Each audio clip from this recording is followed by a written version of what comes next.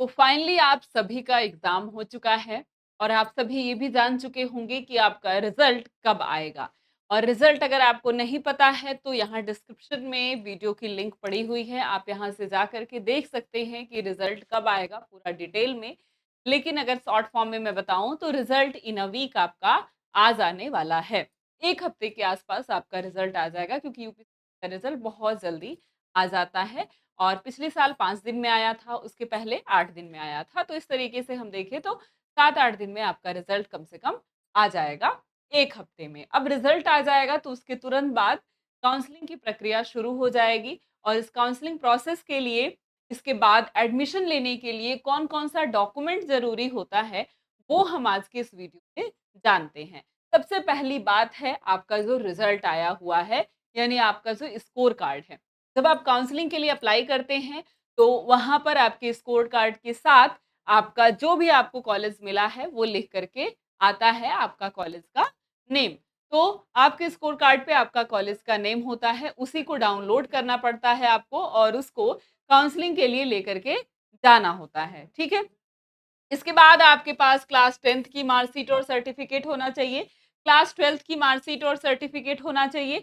इसके बाद आपके पास आधार कार्ड होना चाहिए। और एक सबसे ज़रूरी बात, आज जो भी बच्चे जो जब भी एग्ज़ाम दे कर के आए होंगे, 6 को आपका एग्ज़ाम था, तो आपको एडमिट कार्ड आपका मिला होगा। उस एडमिट कार्ड को रखना है अच्छे तरीके से ले आकर के, क्योंकि एडमिट कार्ड भी लगता है। इसके पिछले वाले में लगा था, इस वाले में भी मे बी लग सकता है, तो अपना एडमिट कार्ड ज़रूर से ज़रूर रखे रहें, ठीक है? इसके बाद आपके पास जो भी आपने एडमिट कार्ड पे आपके फ़ोटो लगी होगी, सेम वही पासपोर्ट साइज़ आपके पास फ़ोटो होनी चाहिए।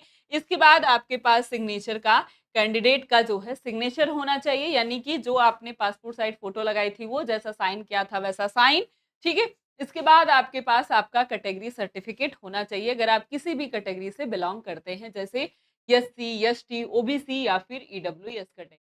लेकिन ध्यान रहे, अगर आप ओबीसी या फिर ईडब्ल्यूएस कैटेगरी से बिलॉन्ग करते हैं, तो आपके पास जो सर्टिफिकेट होना चाहिए, वो 1 अप्रैल 2026 के बाद का होना चाहिए। और साथ ही ये भी ध्यान रहे कि जो भी आपके पास सर्टिफिकेट है, कास्ट सर्टिफिकेट, ये स्टेट गवर्नमेंट यानी यूपी गवर्नमेंट का होना चाहिए। चाहे ओबीसी हो, चाहे एससी हो, चाहे एसटी हो, चाहे ईडब्ल्यूएस हो, ये उत्तर प्रदेश सरकार का होना चाहिए, ना कि सेंट्रल गवर्नमेंट का। इसके बाद आपके पास ये जो अदर डॉक्यूमेंट्स है, और एक और जो कि सबसे ज़रूरी चीज़ है, ये है डोमिसाइल सर्टिफिकेट। एक बार को आपके पास अगर कैटेगरी सर्टिफिकेट नहीं भी है तो कोई बात नहीं, लेकिन अगर डोमिसाइल सर्टिफिकेट नहीं है, तो आपका प्रोसेस रुक जाएगा, क्योंकि इसके बाद अगर डोमिसाइल सर्टिफिकेट नहीं है, तो आपको एडमिशन ओनली प्राइवेट कॉलेज में मिलेगा। लेकिन ये नहीं है, तो आपकी जनरल पे कट ऑफ बन जाएगी, अगर आपके पास आपका कास्ट सर्टिफिकेट नहीं है तो, ठीक है? इसके बाद ये जो 2 चीज़ें हैं, जैसे टीसी ट्रांसफर सर्टिफिकेट और आपका कैरेक्टर सर्टिफिकेट, ये आपके जहाँ से आपने 12th पास आउट किया है, वहाँ से होता है, ठीक है?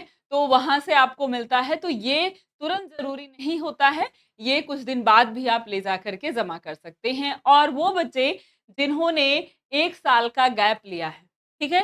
कितना? किसी भी साल का, जिनकी गैपिंग है 12th के बाद, यानी 12th के बाद 1 साल, 2 साल, 3 साल का जो भी उन्होंने गैप लिया होगा, उसका एफ़िडेविट बनाना पड़ता है, ठीक है? तो उसका एफ़िडेविट आपको बनवाना पड़ता है, उस गैप का, कि कितने साल में आपने गैप लिया है, क्या किया है।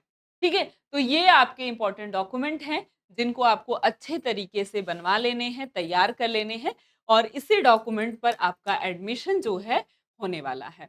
ठीक है? तो बिल्कुल ये डॉक्यूमेंट आप एकदम ध्यान से देख लीजिए, यही सारे डॉक्यूमेंट हैं, इन्हीं पे आपका एडमिशन होगा। और अगर इसमें से कोई भी डॉक्यूमेंट आपके पास नहीं है, तो उस डॉक्यूमेंट को बनवा लेना है।